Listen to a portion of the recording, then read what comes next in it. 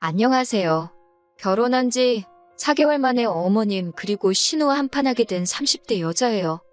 남편과는 대학생 시절 소개팅으로 만났습니다. 남편 말로는 제가 첫사랑이었다는데 그건 립서비스일 수도 있고 잘 모르겠어요. 저희는 이후로 4년을 사귀다가 헤어졌습니다. 헤어진 이유는 생각보다 단순했어요. 남편이 군대에 다녀오는 것까지 기다렸었는데 저녁 이후로 친구들하고 노는 데 빠져서 저한테 소홀해지더라고요. 저는 저대로 바로 취업을 하면서 사회생활을 시작했고 상황이 그렇다 보니 자연스럽게 헤어졌네요. 그러다 다시 만나게 된 건 둘 다 30이 넘어서입니다. 남편은 어느새 건설회사에 다니는 건실한 어른이 되어 있었고 저 역시 공기업으로 이직을 하면서 안정적인 생활을 꾸려나가고 있었지요. 남편이나 저나 생활이 어느 정도 자리를 잡은 상태에서 만나니 사귀던 시절에 좋았던 일들만 생각나고 그래서 더 빨리 또 다시 서로에게 빠져들었던 것 같아요. 이후로 8개월의 짧은 연애를 하고 결혼을 약속하게 되었지요. 서로 조건 같은 건 비슷해서 사실 결혼하는 과정에 있어서는 별 문제가 없었어요. 양가 부모님 모두 사위감이자 며느리감인 저희를 마음에 들어 하셨고 크게 요구하시는 것도 없었습니다. 다만 딱 한 번 예단 이야기가 나왔을 때 하마터면 서로 얼굴을 붉힐 뻔하긴 했어요. 사실 남편 집안이 어려운 건 아니지만 저희 친정에 비하면 여유가 있는 편은 아니었거든요.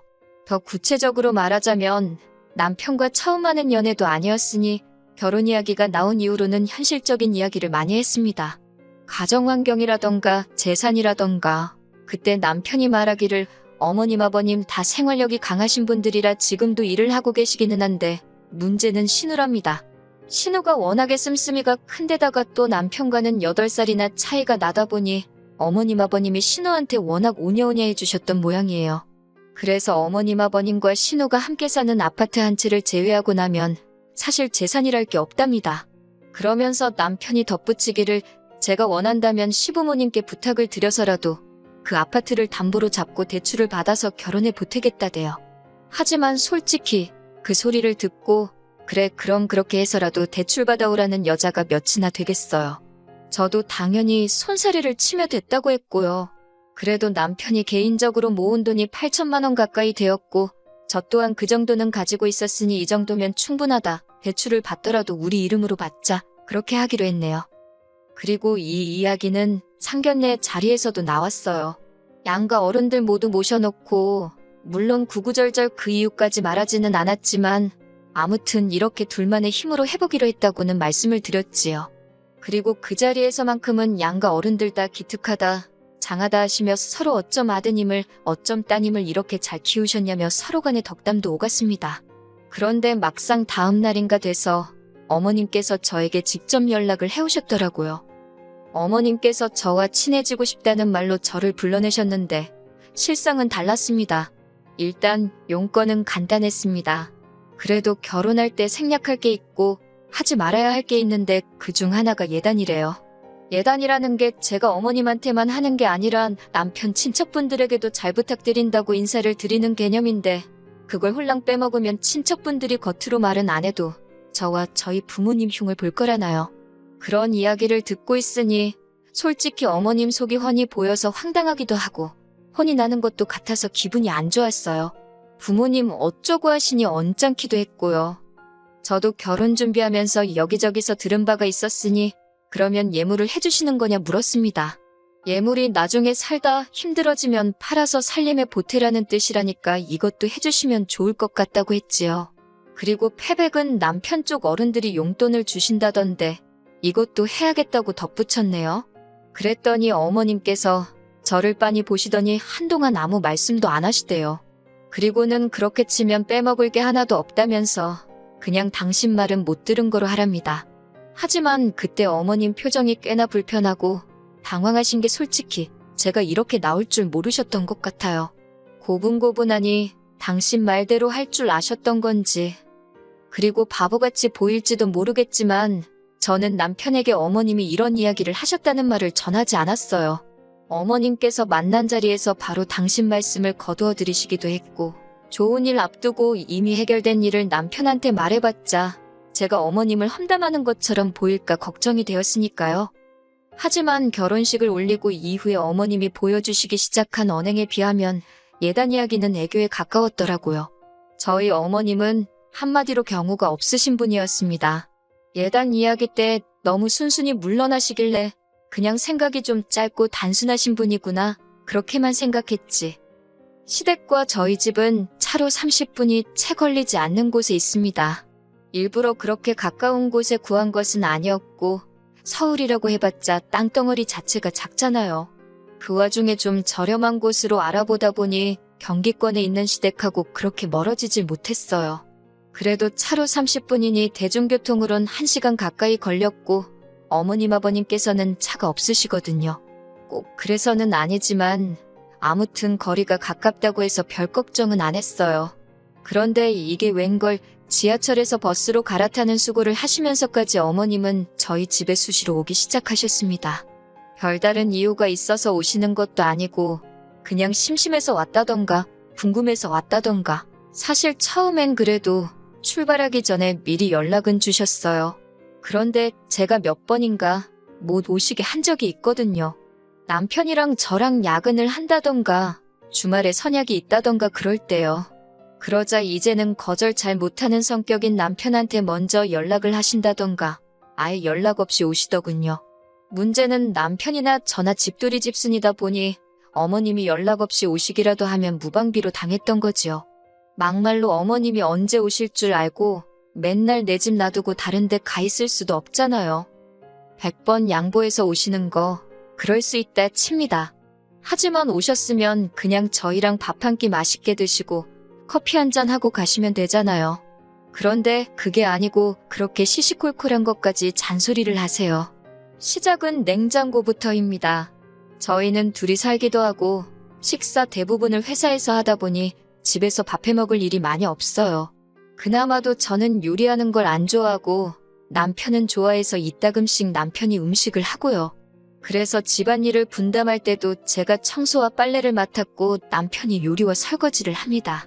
쓰레기를 버리거나 재활용하는 건 남편이나 저나 하게 되는 사람이 하는 거고요. 그런데 처음에 어머님께서 냉장고를 열어보시더니 이게 뭐냐면서 이게 사람 사는 집이냐고 저한테 뭐라고 하시더라고요. 그러면서 남편 이렇게 먹여서 내보내면 힘을 어떻게 쓰냐고. 그때는 정말 결혼한 지 한 달도 안 됐을 때라서 뭐라고 반박도 못하고 그냥 죄송하다 했는데 생각할수록 억울하더라고요. 그래서 이후로 비슷한 잔소리를 3-4번 들었을 땐 남편더러 이리 와서 설명 좀 하라고 했어요. 그러자 남편이 어머님더러 뭐 이런 걸 다 확인하냐면서 바빠서 그런 거니까 신경 쓰지 말라고 딱 자르더라고요. 그러자 어머님께서 부엌일이 며느리인 제 소관이지 어째서 남편을 앞세우냐 하십니다. 그래서 아니라고 남편이 부엌일을 제가 청소랑 빨래 등을 도맡기로 했다고 했더니 어머님이 어이가 없다시대요. 당신은 아들 부엌 드나들게 안 키웠다고. 그래서 저도 그랬지요. 저도 결혼 전까지 친정에서 부엌에서 일한 적 없다고요. 그랬더니 어머님이 어이없다는 듯이 너네 엄마가 너 반찬하는 것도 안 가르쳤냐고 그러길래 어머님은 신우 그런 거 가르치시냐고 물었습니다. 네, 맞아요. 솔직히 어머님 말씀에 화가 나서 저도 좀 빈정거렸어요. 막말로 남편에게 듣기론 신우는 자기 먹을 라면도 하나 제대로 못 끓인다고 했거든요. 할 줄 아는 거라곤 오로지 전자레인지로 데워 먹는 것뿐이라고. 그뿐만이 아니었습니다. 어머님은 어떻게든 제 흠을 잡겠다는 각오라도 하신 건지 창틀까지 손가락으로 문질러 보시더군요. 하지만 어머님의 의도와 달리 먼지 한 톨 나오지 않자 어머님께서는 그건 또 그거대로 못마땅하신지 들릴 듯 말 듯한 목소리로 짜증을 내시대요. 그리고 이런 일은 어머님이 저희 집에 오실 때면 매번 벌어지는 일이었습니다. 그래서 결국 나중에는 한 달에 2번 이상 오시지 말라고, 그러면 현관문 안 열어드린다 했지요. 아버님께도 부탁을 드렸더니 아버님은 당신은 전혀 몰랐다면 이 엄마가 제정신이 아닌가 보다고 그러면서 저희 편을 들어주셨어요. 그런데 지난 설이었습니다. 결혼하고 처음 맞는 명절이다 보니 저도 나름대로 날이 많이 섰어요. 제사도 없다고 했는데 갑자기 올해부터 돌아가신 시조부모님과 시외조부모님 제사를 지내신다 하셔서 솔직히 짜증도 났고요. 특히 주변 사람들이 시외조 부모님 재산은 제가 지낼 필요가 없다던데 어머님께서는 되려 제가 안 하면 누가 하냐고 제가 뭣도 모른다는 식으로 말씀하시더라고요. 명절 전날부터 시댁에 내려가 만두 빚고 8종류의 전을 하고 그 밖에도 무슨 아버님이 좋아하시는 음식, 신우가 잘 먹는 식혜, 어머님의 진두지 위아래 거의 저 혼자 별걸 다 만들었어요. 친정에서는 이런 일이 있지도 않고 정말 어쩌다 한 번 이따금씩 만두 정도는 빚곤 했는데 그래도 누구 하나 따로 노는 사람 없이 다 같이 보내는 시간이었거든요. 그런데 시댁에서는 정말 저 혼자 하다시피 했네요. 특히 만두라도 같이 빚겠다는 남편을 어머님이 기어이 밖으로 내보내시는 걸 보고는 정말 스트레스가 올라오더라니까요. 그래도 천명절이었던 만큼 가슴에 참을인자를 새기며 무사히 고비를 넘겼습니다. 이튿날 아침에는 다 같이 모여 식사를 했지요. 신우는 자기는 딸이니까 제사랑 상관없지 않냐면서 전날부터 코빼기도 보이지도 않더니 아침에도 집에 안 들어왔는지 안 보였고 결국 아니나 다를까 저 혼자 설거지하는 신세가 되었어요. 그런데 그때 어머님께서 갑자기 분주해지시더니 냉장고 정리를 시작하시는 겁니다. 그러면서 설거지거리가 계속해서 나오기 시작하대요. 심지어 몇몇 반찬통은 열기가 무섭게 싱크대에서 설거지를 하고 있던 저도 맡을 만큼 고약한 냄새가 났는데 그래도 기어이 안 상한 거라며 저더러 맛을 보라는 식이셨어요. 당연히 맛은 안 봤고 견디다 못한 제가 큰 소리로 남편을 불렀습니다. 남편더러 와서 이 음식 썩었나 좀 먹어보라고요. 그러자 어머님이 화들짝 놀라시더니 이건 너랑 나랑 먹어보면 아는 걸 뭐하러 당신 아들까지 부르느냐고. 그래서 그러면 어머님이 직접 드셔보시라고 전 안 주셔도 된다고 정색을 하면서 말했어요. 그제서야 어머님이 좀 애매하다 싶은 것도 그냥 버리시더라고요. 설거지는 설거지대로 얼마나 많이 나오던지 결국 또 다시 남편을 불렀습니다. 저희 남편이 알아서는 못하는데 부르고 시키면 그건 또 잘 따라요. 또다시 남편이 불이 나게 부엌으로 오자 어머님께서는 저더러 지 남편 편하게 쉬는 꼴을 못 본다고 기어이 한 소리 하시대요. 그래서 저도 에라 모르겠다 생각하고 어머님도 저 편하게 쉬는 꼴을 못 보시나 보다고 그랬어요. 그제서야 상황 돌아가는 걸 눈치챈 남편이 왜 그러냐면서 제 손에서 고무장갑을 가져갔고 저도 순순히 내주고 거실로 나와 아버님 옆에 앉았습니다. 아버님께서는 이 모든 상황이 당신과는 상관없다 생각하셨는지 계속 킬킬거리며 웃고만 계셨는데 적어도 어머님 편은 안 드시니 기분은 안 나쁘대요. 그런데 그때였습니다. 현관문 열리는 소리와 함께 신호가 들어오더라고요. 꼬락서니가 어디서 술을 얼마나 먹었는지 머리는 다 풀어헤치고 옷차림은 또 얼마나 지저분하던지 그건 그렇고 어쨌든 신우도 눈치가 있을 거 아니에요. 어머님께서 식탁 의자에서 씩씩거리고 계시지 아버님은 뭐 금세 TV로 관심이 옮겨갔고 남편은 설거지하고 있지 저는 저대로 거실에 나와 있지. 신우가 무슨 일 있었냐고 어머님께 묻자 어머님께서는 네 새언니가 아주 말 한마디를 안 진다면서 신우한테다 대고 방금 전까지 있었던 일을 미주알고주알 다 말씀하시더라고요. 그러자 신우가 지 딴에는 어머님 편 들어준다고 한 거겠지만 저한테 다가오더니 자기 좀 보잡니다. 어이가 없어서 할 말 있으면 여기서 하라니까 시댁에 왔으면 며느리가 일을 하는 게 당연하지 놀 거면 뭐하러 오냐고 그래요. 그러면서 오빠가 설거지하고 있으니까 언니는 저기 화장실 가서 변기 좀 닦으랍니다. 어이가 없어서 신우를 빤히 쳐다보니까 아니 시부모님 쓰시는 변기도 못 닦겠다 이거냐며 괜히 지가 목소리를 높이더라고요.